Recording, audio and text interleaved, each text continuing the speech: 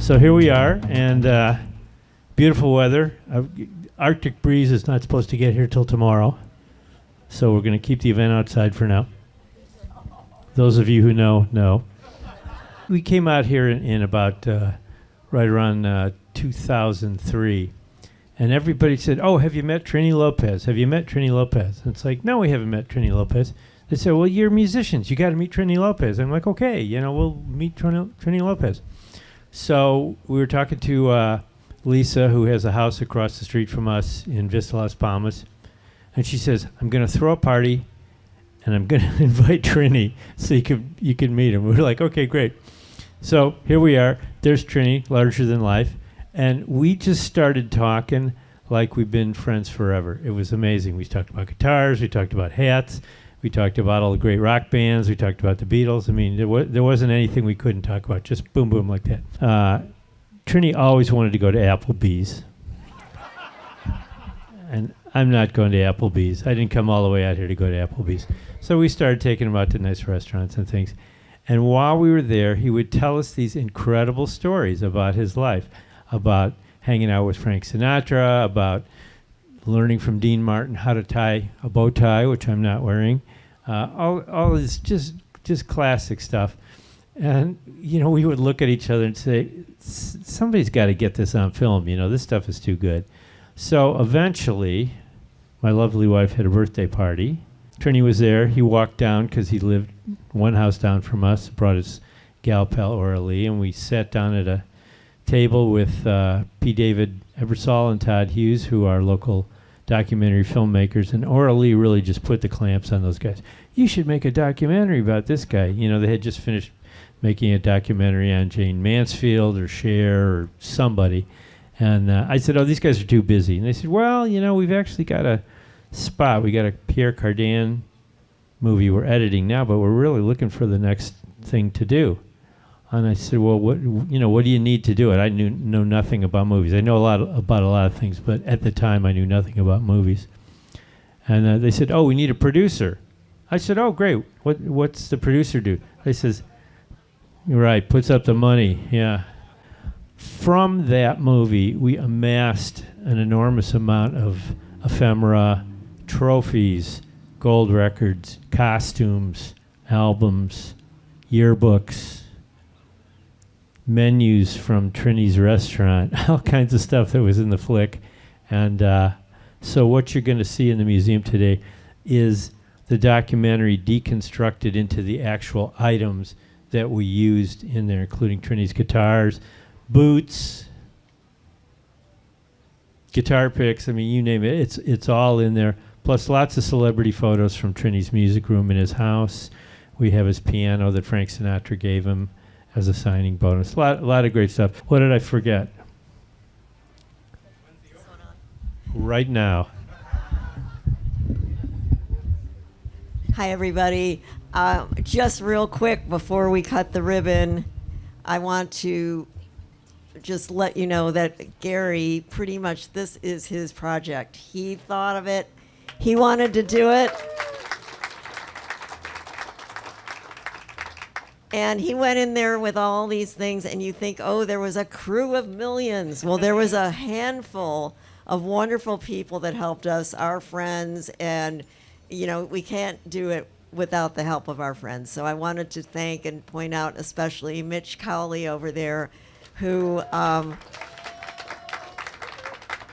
did a lot of work hanging pictures, hanging captions, putting these beautiful Shag signs up in the window. And I wanted to thank the artist known as Shag, Josh Agel. I want to thank the Nailers for bringing Josh to the desert and keeping him here.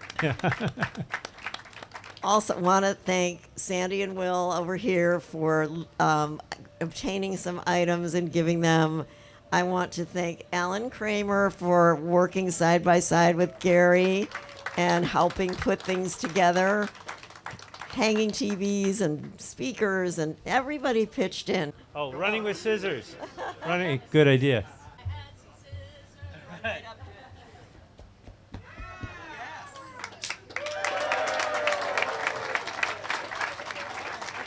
Mazel tov. All right, come on in. Oh yeah, and we have special musical guest today, the Dreamboats. Right. Where you So guys at? All the way from Canada.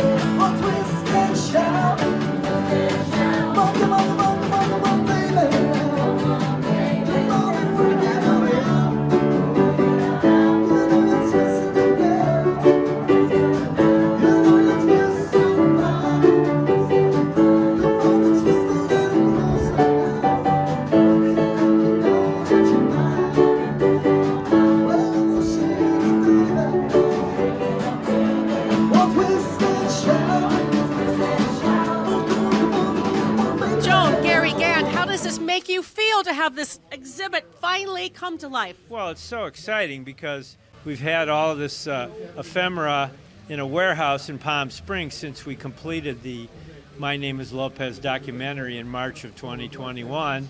And one day I said to Tracy Conrad, hey, can you find me a building over at the Historical Society and let's have a Trini exhibit. So years in the making, but once I set her on the goal of finding us the spot, she came up with it very quickly, and I came over here with my crew, including your husband, Alan, and we banged this thing out, and it's really fantastic.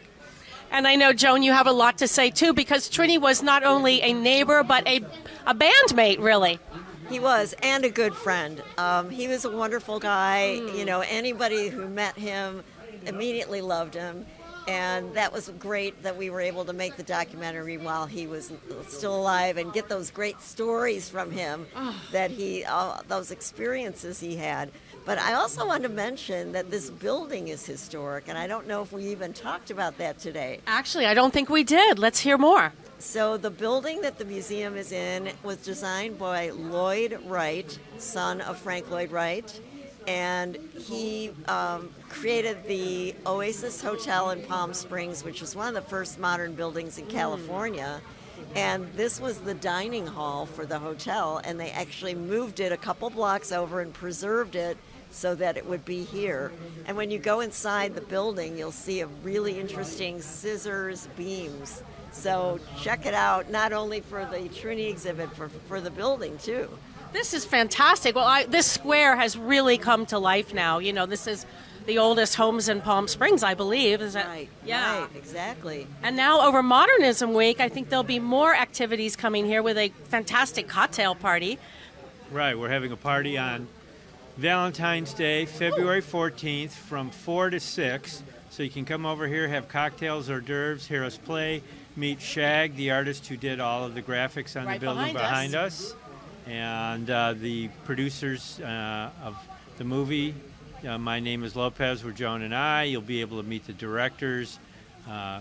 P. David Ebersol and Todd Hughes will be flying in from Mexico. You'll meet the Lopez family, who supplied a lot of the costumes that are in the museum here. It's going to be a great time, and we'll get you out of here by 6 o'clock. The main thing is we want people to come to the museum, which will be free and open every day except Tuesday.